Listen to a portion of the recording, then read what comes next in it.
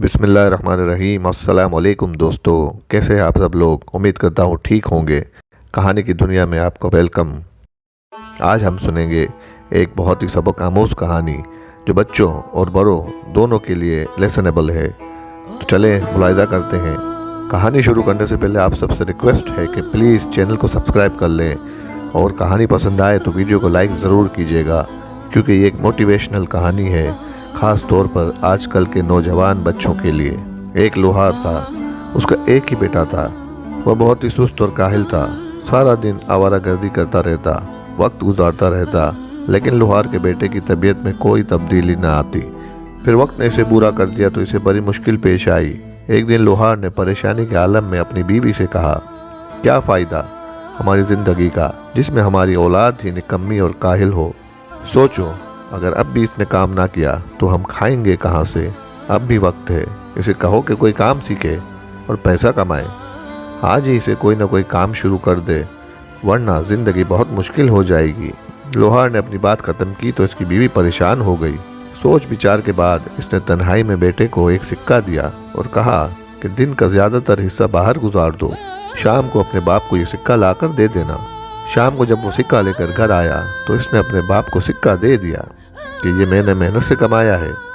इसके बाप ने सिक्का लेकर चूल्हे में फेंक दिया कि ये सिक्का तुमने अपनी मेहनत से नहीं कमाया।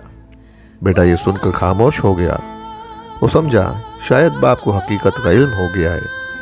दूसरे दिन माँ ने बेटे को फिर सिक्का दे दिया, सारा दिन भाग दौड़ में गुजार दो, शाम को तुम्हारे चेहरे पर थकावट के आसार देखकर तुम्हारे बाप को यकीन आ जाएगा कि ये सिक्का तुमने कमाया है। बेटे ने शाम को फिर वैसा ही किया।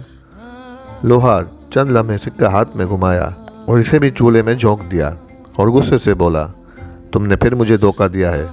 माँ ने महसूस कर लिया कि बेटे को वाकई कुछ न कुछ करना ही पड़ेगा, क्योंकि जब बाप ने सिक्का आग में फेंका तो बेटे के चेहरे पर परेशानी के कोई आसार ना थे।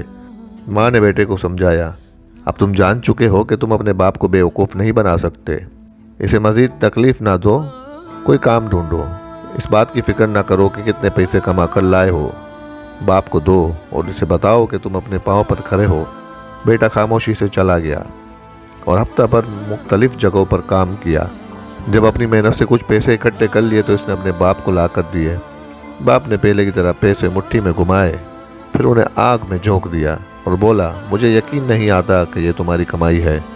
बेटे ने जब ये सुना तो आग की तरफ बढ़ा और गुस्से के आलम में बोला, मैंने सुबह व शाम मेहनत मजदूरी की, ये पैसे इकट्ठे किए और आपने आग में फेंक दिए।